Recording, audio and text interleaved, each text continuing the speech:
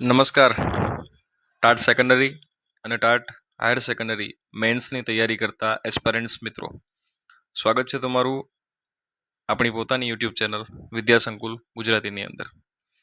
આજે આપણે આ સેશનમાં જીવન શિક્ષણ સામાયિક જે છે એ સામાયિકની અંદર 2026ના સામાયિકમાંથી ગીજુભાઈ બધેકાના પ્રારંભિક શિક્ષણ અંગેના વિચારો અને NEP 2020 આ નિબંધ પર ચર્ચા કરવાના છે, જેના આમ તો મૂળ રાઇટર છે સામયિકની અંદર એ બેન શ્રી સ્નેહલબેન પરમાર છે, જેનો આપણે આભાર વ્યક્ત કરીએ છીએ કે તમે અમને આટલું સુંદર સાહિત્ય આપ્યું. સાથે સાથે તમને જણાવી દઉં કે આજનો જે રાજભાષા સામાયિક 2023નો જે વિડીયો અપલોડ થયેલો છે જોડણી માટેનો, એ ખાસ જોજો.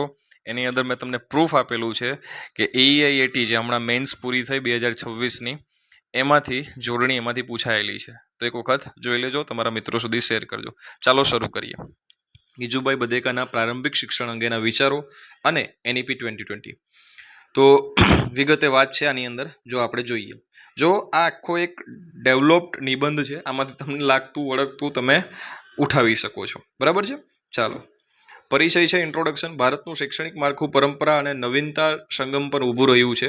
ગીજુભાઈ બધેકા જે ભારતના મોન્ટેસોરી ઓફ ગુજરાત તરીકે પ્રખ્યાત છે, તેમણે શિક્ષણને બાળકોના સ્વભાવ, રમતમાં છુપાયેલા અધ્યયન અને માતૃભાષા આધારિત સમજણ પર સ્થિર કર્યું છે.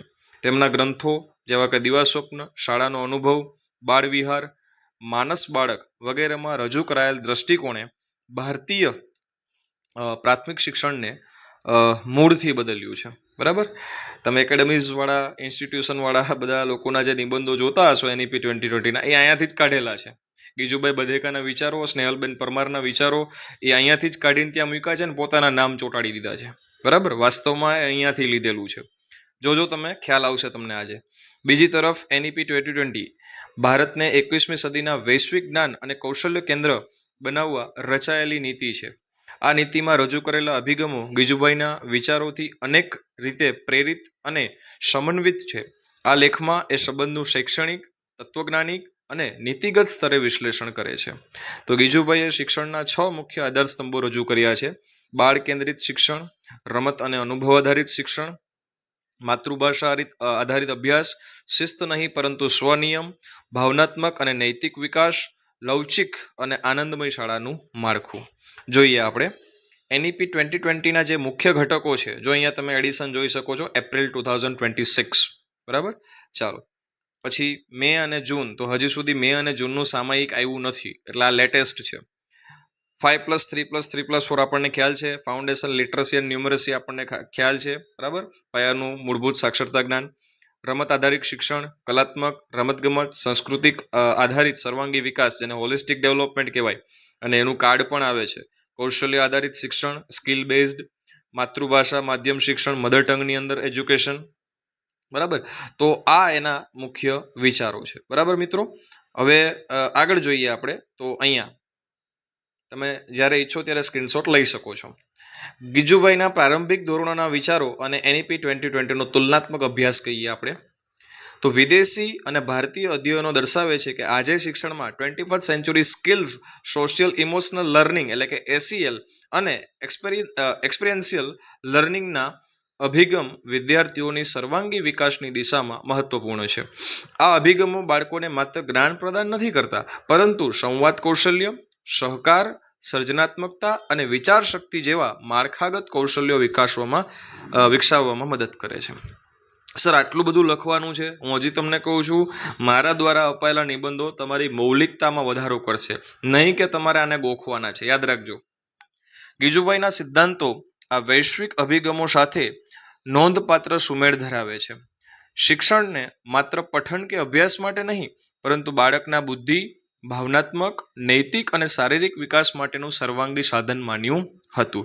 NEP 2020માં પણ માતૃભાષા આધારિત પ્રારંભિક શિક્ષણ SEL જે આપણે ઉપર જોયું અને એક્સપિરિયન્શિયલ લર્નિંગને મહત્વ આપવામાં આવ્યું છે, જે ગીજુભાઈના સર્વાંગી વિકાસના સિદ્ધાંતોને સાથે અનુબંધ બાંધે છે. એટલે ઉપરનો ફકરો અને આ ફકરો બેને કમ્બાઈન કરીને એક નવો ફકરો બનાવી શકાય. ચાલો જોઈએ આગળ. ફાઉન્ડેશનલ સ્ટેજ અને ગીજુભાઈ બધેકાનો રમત આધારિત અભિગમ. રાષ્ટ્રીય શિક્ષણ નીતિ 2020 NEP 2020માં બાળકના શારીરિક, માનસિક, ભાવનાત્મક અને સામાજિક વિકાસ પર વિશેષ ભાર મૂકવામાં આવ્યો છે. નોંધપાત્ર બાબત એ છે કે NEP 2020માં દર્શાવાયેલ ફાઉન્ડેશનલ સ્ટેજ, દાર્શનિક આધાર અને શૈક્ષણિક અભિગમ ગીજુભાઈ બધેકાના શિક્ષણ વિચારો સાથે ઊંડે સુધી સંકળાયેલો જણાય છે. તેમણે સ્પષ્ટપણે કહ્યું હતું કે રમત એ બાળકની શાળા છે. અંડરલાઈન કરજો, માર્ક કરજો. આ વિચાર માત્ર વાક્ય નથી, પરંતુ એક સંપૂર્ણ શૈક્ષણિક દ્રષ્ટિ છે. ગીજુભાઈના મતે બાળક માટે રમતમાં શીખવું સૌથી સ્વાભાવિક, આનંદદાયક અને અસરકારક માર્ગ છે. તમે જોઈ લેજો એટલે તમને આઈડિયા આવે કે આ જીવન શિક્ષણ છે. આગળ વધતા જઈએ. બાળક રમતા રમતા વિચારે છે, અનુભવ મેળવે છે, પ્રશ્ન પૂછે છે અને પોતાની ક્ષમતાઓને વિકસાવે છે. NEP 2020માં ફાઉન્ડેશનલ સ્ટેજ માટે play based pedagogy, activity based learning અને એક્સપિરિયન્શિયલ લર્નિંગ કેન્દ્ર સ્થાને રાખવામાં આવ્યા છે. નીતિ મુજબ આ તબક્કાની અંદર તો જોઈએ આપણે, જુઓ અહીંયા, ઔપચારિક પાઠ્યપુસ્તક આધારિત શિક્ષણથી દૂર રહી રમતો, ગીતો, વાર્તાઓ, નાટ્ય રૂપક પ્રવૃત્તિઓ, ચિત્રકામ અને સ્થાનિક સંસ્કૃતિ આધારિત અનુભવો દ્વારા ભાષા, ગાણિતિક સમજ, સામાજિક કુશળતાઓ અને ભાવનાત્મક બુદ્ધિ વિકસાવવામાં આવે છે. ગીજુભાઈ માનતા હતા કે બાળક પર ભાર, દબાણ કે ભય દ્વારા શિક્ષણ આપવું એ શિક્ષણ નથી, પરંતુ બાળકના સ્વાભાવિક વિકાસમાં અવરોધ છે. તેઓ શિક્ષણને આનંદમય પ્રક્રિયા માનતા હતા, જ્યાં બાળક સ્વતંત્ર રીતે શીખે, ભૂલ કરે અને અનુભવ દ્વારા સુધરે.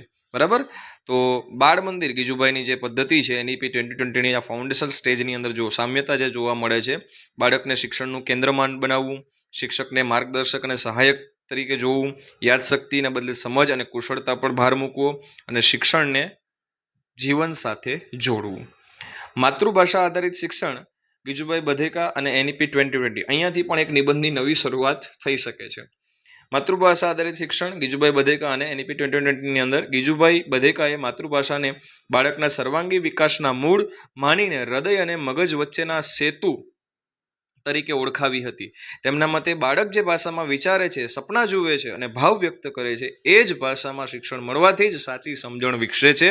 તેથી ગીજુભાઈએ બાળ મંદિરો અને પ્રાથમિક શાળામાં માતૃભાષાના શિક્ષણને માધ્યમ બનાવવાની ભલામણ કરી હતી. આ જ વિચારધારા NEP 2020માં સ્પષ્ટ રીતે પ્રતિબિંબિત થઈ છે. રાષ્ટ્રીય શિક્ષણ નીતિ 2020 અનુસાર પ્રાથમિક સ્તરે ઓછામાં ઓછા ધોરણ 5, શક્ય હોય તો ધોરણ 8 સુધી માતૃભાષામાં અથવા સ્થાનિક ભાષામાં શિક્ષણ આપવાની મજબૂત બનાવવાની ભલામણ કરવામાં આવી છે. આગળ જોઈએ તો NEP 2020 mother tongue based education, માતૃભાષા આધારિત શિક્ષણ એટલે કે માત્ર ભાષા નીતિ તરીકે નહીં, પરંતુ શૈક્ષણિક સમાનતા, ઇક્વિટી અને સમાવેશી શિક્ષણ એટલે કે ઇન્ક્લુઝિવ એજ્યુકેશન માટેનું મહત્વપૂર્ણનું સાધન છે. ગ્રામ્ય, આદિવાસી અને વંચિત વર્ગના બાળકો માટે માતૃભાષામાં શિક્ષણ તેમની સંસ્કૃતિ, ઓળખ અને આત્મવિશ્વાસને જાળવી રાખે છે. આ ગીજુભાઈના વિચાર છે. આગળ વધીએ. કૌશલ્ય આધારિત શિક્ષણ અને ગીજુભાઈની મૂલ્યનિષ્ઠતા. પરંપરાગત શિક્ષણ વ્યવસ્થામાં લાંબા સમય સુધી શિક્ષણનો અર્થ યાદ રાખવું અને પરીક્ષા પાસ કરવી એવો જ માનવામાં આવ્યો હતો.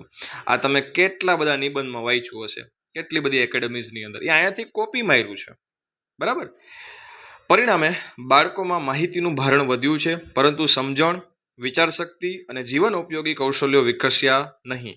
આ ખામીને દૂર કરવા NEP 2020 યાદશક્તિ આધારિત શિક્ષણ એટલે કે રોટ લર્નિંગ ને બદલે કૌશલ્ય આધારિત શિક્ષણ એટલે કે સ્કિલ બેઝ લર્નિંગ પર વિશેષ ભાર મૂકે છે. ગીજુભાઈ માનતા હતા કે શિક્ષણનો હેતુ પુસ્તકોનો ભાર લાદવો નહીં, પરંતુ બાળકને સમજણ, સ્વનિયમ અને સર્જનશીલતા તરફ દોરી જવો છે. તેમના મતે બાળક જ્યારે વસ્તુઓ સમજે છે, પોતે નિયમો બનાવે છે અને સ્વતંત્ર રીતે વિચાર કરે છે, ત્યારે જ સાચું શિક્ષણ સાકાર થાય છે.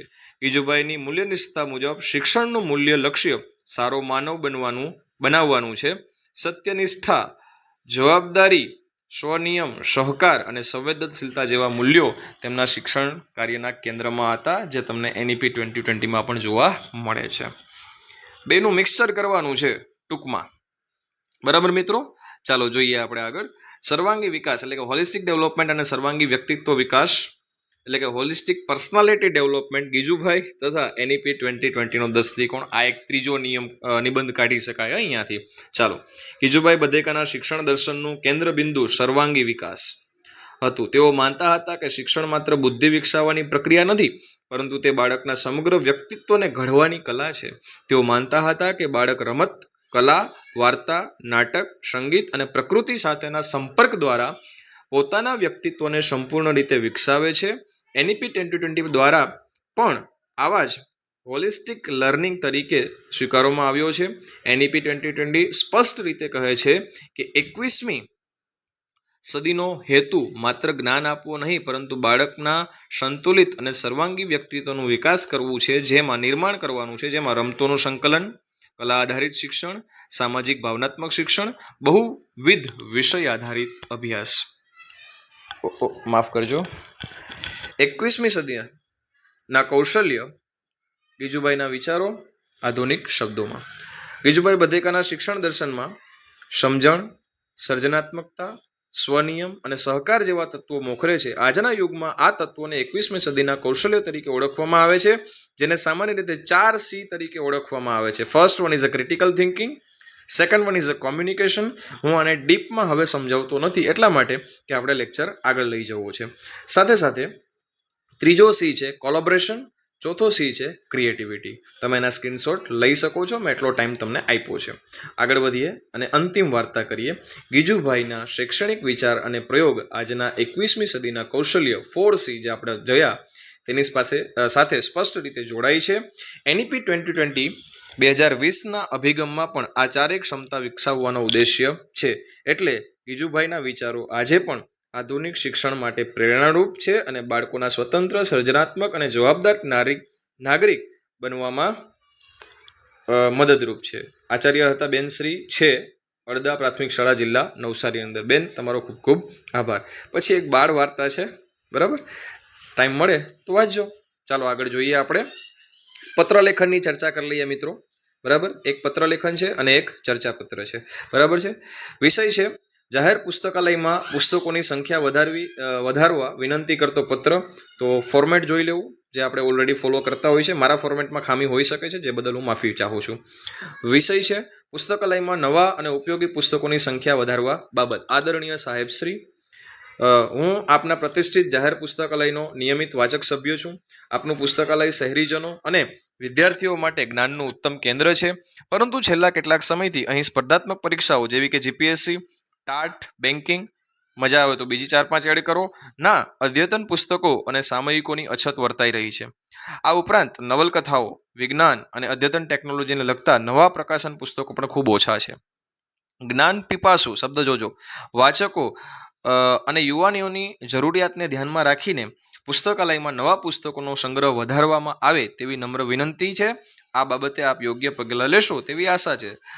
સહકારની અપેક્ષા સાથે આપનો નમ્ર વાચક અ, બ, ક, ડ, ઈ વગેરે વગેરે. સાથે સાથે એક વિભાગ B ની અંદર આપણે ચર્ચાપત્ર લીધો છે. ફોર્મેટ બદલ અગેન હું માફી ચાહું છું. બંને તરફના ફોર્મેટ જોઈ લેવા. શેના પર છે? સમાચાર પત્રના તંત્રશ્રીને આપણે પત્ર લખવાનો છે, જેનો આપણો વિષય છે ગોખણપટ્ટી મુક્ત અને કૌશલ્યલક્ષી પરીક્ષા પદ્ધતિ સમયની માંગ. આ શીર્ષક હેઠળનું ચર્ચાપત્ર આપના લોકપ્રિય દૈનિકમાં પ્રગટ કરવા બાબત.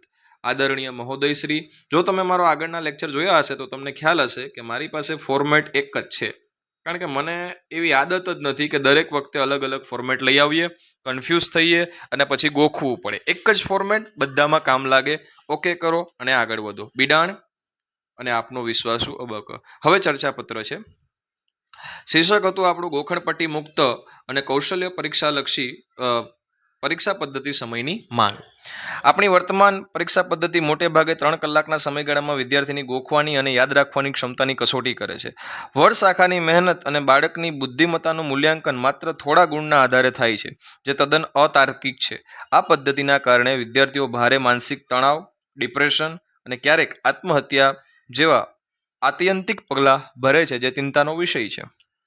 હવે સમય પાકી ગયો છે કે આપણી મૂલ્યાંકન પદ્ધતિમાં ધરમૂળથી સુધારા કરવામાં આવે. ગુણ અને રેન્ક આપવાની પ્રથા બંધ કરીને ગ્રેડિંગ સિસ્ટમ મજબૂત કરવી જોઈએ. પરીક્ષા માત્ર સૈદ્ધાંતિક ન રહેતા પ્રાયોગિક જ્ઞાન, તાર્કિક વિચારસરણી, પ્રોજેક્ટ વર્ક અને વર્ષ દરમિયાન સતત અને વ્યાપક મૂલ્યાંકન એટલે કે CCC કન્ટિન્યુઅસ કોમ્પ્રિહેન્સિવ ઇવોલ્યુશન પર આધારિત હોવી જોઈએ. ઓપન બુક એક્ઝામ અને ઓનલાઈન કૌશલ્ય આધારિત કસોટીઓ દાખલ કરવી જોઈએ. પરીક્ષા એ ડર કે તણાવનું કારણ નહીં, પરંતુ ઉત્સવ અને આત્મમૂલ્યાંકનનું માધ્યમ બનવી જોઈએ. બસ તો અહીંયા આપણો આજનો આ સેશનનો લેક્ચર છે એ પણ પૂર્ણ થાય છે.